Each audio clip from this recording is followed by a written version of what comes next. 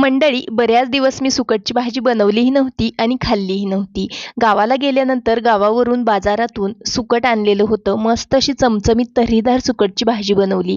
त्यासाठी एक छोटंसं वाटण बनवलं. वाटणामध्ये लसूण, कोथिंबीर, अद्रक आणि खोबरे घातलं. थोडंसं तेल घालून सुकट छान असं खमंग परतून घेतलं. त्याच कढईमध्ये फोडणी करता तेल घातलं. त्यामध्ये 2 मीडियम साईजचे बारीक चिरलेले कांदे छान असे परतून घेतले. बनवून घेतलेलं हिरवं वाटण घातलं. छान असं परतून घेतलं. पाव चमचा हळद पावडर घातली, 1 चमचा बॅडगी मिर्च पावडर, 1 चमचा धना पावडर, अर्धा चमचा गोडा मसाला, 1 चमचा ठेवणीतलं काळं तिखट घातलं आणि छान असं परतून घेतलं. थोडंसं पाणी घालून मसाले तेल सुटेपर्यंत परतून घेतले. त्यानंतर भाजून घेतलेलं सुकट त्यामध्ये घातलं. छान असं परतून घेतलं. गरम केलेलं पाणी घालून ही भाजी छान अशी मिक्स केली. 2 चमचे भाजून घेतलेल्या शेंगदाण्यांचा कूट घातला आणि भाजी झाकून ठेवून छान अशी शिजवून घेतली. चवीकरता मीठही घातलेलं आहे. भाजी मस्त तयार झाली. चला पटकन सबस्क्राईब